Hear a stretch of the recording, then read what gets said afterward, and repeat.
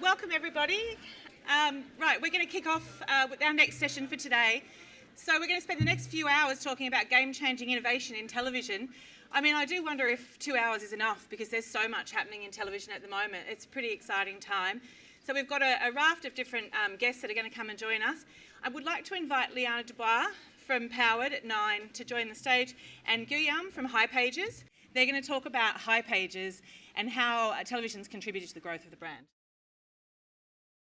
So listen, we are here to talk to you today about closing the loop on television effectiveness, which is a very, very exciting topic and a really important one.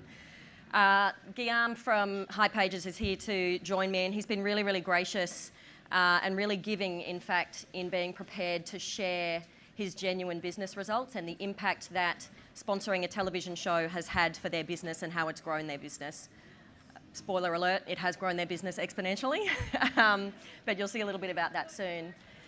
Listen, closing the loop on television effectiveness is really important to us at Nine and something we're very passionate about, because I think there's been this ongoing challenge in the television industry forever and a day, both for us, as the TV industry at large, but also for our advertisers and our partners. Because whilst instinctively everybody knows that television sells product, there's been a real lack of true blue proof. And it's really exciting because with thanks to, the evolution in technology and some really extraordinary partners that we work with in Agile, proof has arrived, and we can now very legitimately prove the immediate and also long-term impact that television is having for brands.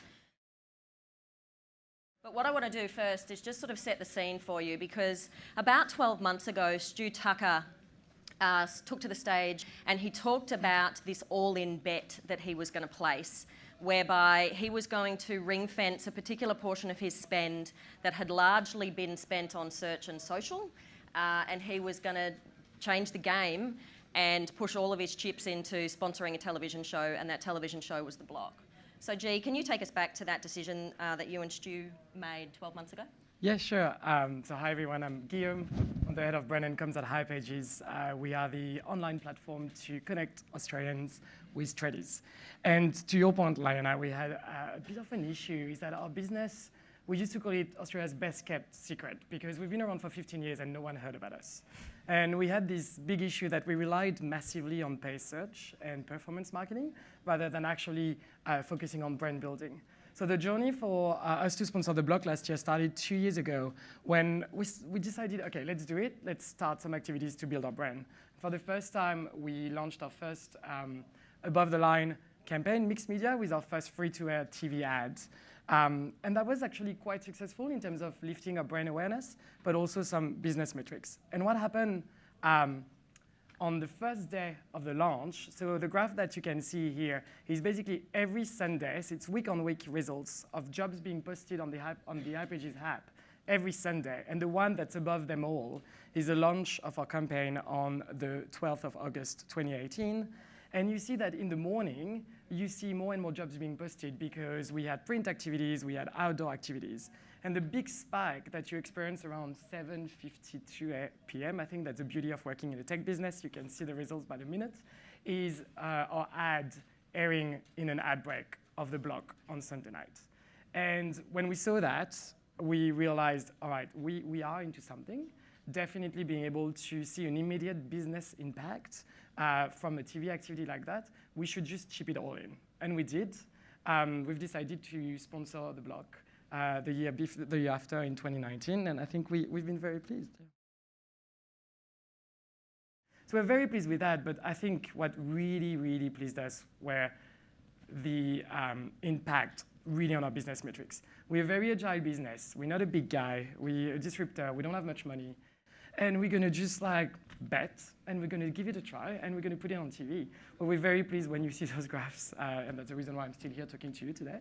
So this is comparing our app downloads, which is very important for us because we're a non-tangible product, we're an app.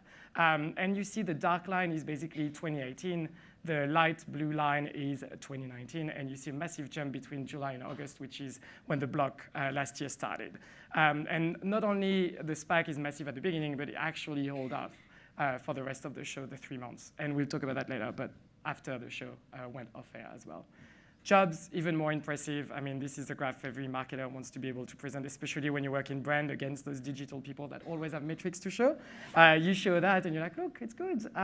You've got 2017, 2018, and boom, 2019, week 32 of the year, which was the launch of the blog. This is the jobs being posted on the hipages platform. And then again, the beautiful surprise is not only seeing the spike straight away on week 1, first day of integration, first TV ad on the blog, but it's also seeing that it's growing over time over the past 3 months. So it was not just like surprise effect in the first week. It's actually been incrementally growing throughout the 12 weeks of the campaign. So we're very, very happy with that. So we're seeing here the immediate impact, obviously, that the blog has had and that television has had for your business. And we will talk in a little bit about the halo effect and the long-term impact that you are all still experiencing. But I wouldn't mind just unpacking really quickly with you the proof points, obviously, that helped you to understand how effective this sponsorship and this television activity was. You worked a lot in partnership, as we do, with Agile, with Craig Service and the team who are here today, and I know that there's another session later where you'll hear a lot more from Agile. Can you talk to us a little bit about that partnership with Agile and how important those proof points were to you? Yeah, for sure. Once again, being a very agile and tech business, there's expectations as a marketer that you can deliver results straight away. And it's always hard to measure the impact of TV, even if we do believe in it. And I think the graphs I showed you prove that we were right.